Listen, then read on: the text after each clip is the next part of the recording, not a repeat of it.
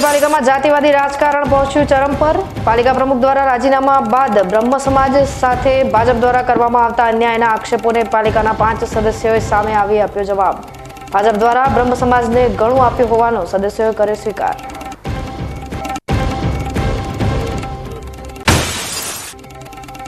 મુખ્યમંત્રી ભૂપેન્દ્ર પટેલે દાંતીવાડા ખાતે રાજ્ય કક્ષાના કૃષિ મેળાને મૂક્યો ખુલ્લો। કૃષિ મેળાથી 2.5 લાખ ખેડૂતોની આવકમાં વધારો થવાનો મુખ્યમંત્રીએ વ્યક્ત કર્યો અંદાજ।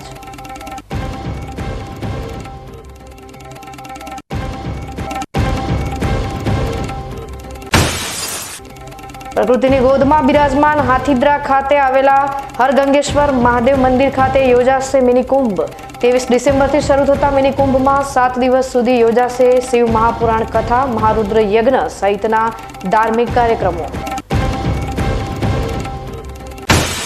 અને ધાનેરામાં કરોડોના ખર્ચે તૈયાર કરવામાં આવેલું ઉચ્ચપાલિયા તળાવ રખરખાવના અભાવે બની રહ્યું છે અસામાજિક તત્વોનો અડ્ડો। કરોડો ખર્ચા બાદ પણ લોકો માટે ઉપયોગી સાબિત ન થતા પ્રજાએ સાફ સફાઈ અને યોગ્ય સંચાલનની કરી માંગ।